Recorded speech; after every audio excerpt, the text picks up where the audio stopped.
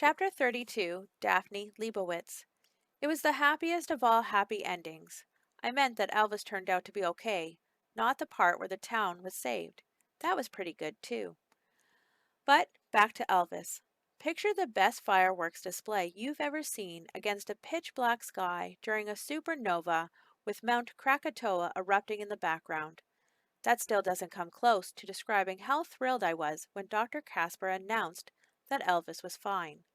After the celebration on the ramp, the vet took the poor beaver back to his office for a full examination. The diagnosis? Only bruising, no internal damage. The car had sideswiped him, not hit him straight on. He was scared and shaken up, but otherwise in perfect beaver health. As for the ramp, people were still a little nervous that the bulldozers might come back the next day, or the day after that. Just because we'd stopped them once didn't mean the state government had changed its mind. No way could everybody in Sycamore put their lives on hold to stand out by the freeway as human shields forever. But the next week we got word that the Transportation Department had postponed the demolition until they could review the situation. Mayor Delinka told us that the state was so far behind in reviewing things that Sycamore was off the hook for at least 3 years. And since that was too long to leave a crumbling ramp, the Division of Highways would have to repair it.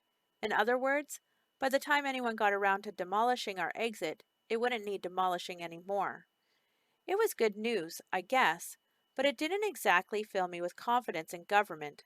I knew kids who were this flaky, but the state was supposed to be reliable, right? How could we be sure they wouldn't just change their minds? Cam wasn't worried. If the bulldozers come back, the PAG will go out and stand on the ramp again, he promised everybody. That was the real big story. The Positive Action Group had been reinstated with Cam back as president. The minute that happened, every single kid who wasn't already a member joined up. Mr. Fanshawe said it had to be the first time in the history of school that a club ever reached 100% membership. Our first project was selling tickets for the fall charity raffle. I wasn't convinced that was quite as important as some of the other things the PAG could turn its attention to, but Mr. Fanshawe assured me that this was what Cam wanted. Well, how could I argue with that? If it hadn't been for Cam, who knew what would have become of poor Elvis? After a few days under observation in Dr. Casper's veterinary clinic, Elvis was finally introduced into the habitat we had built for him all those weeks ago. He loved it, just like I'd always known he would. Watching him swim and play and chew wood filled me with so much happiness I was afraid I might cry. Okay, I did cry.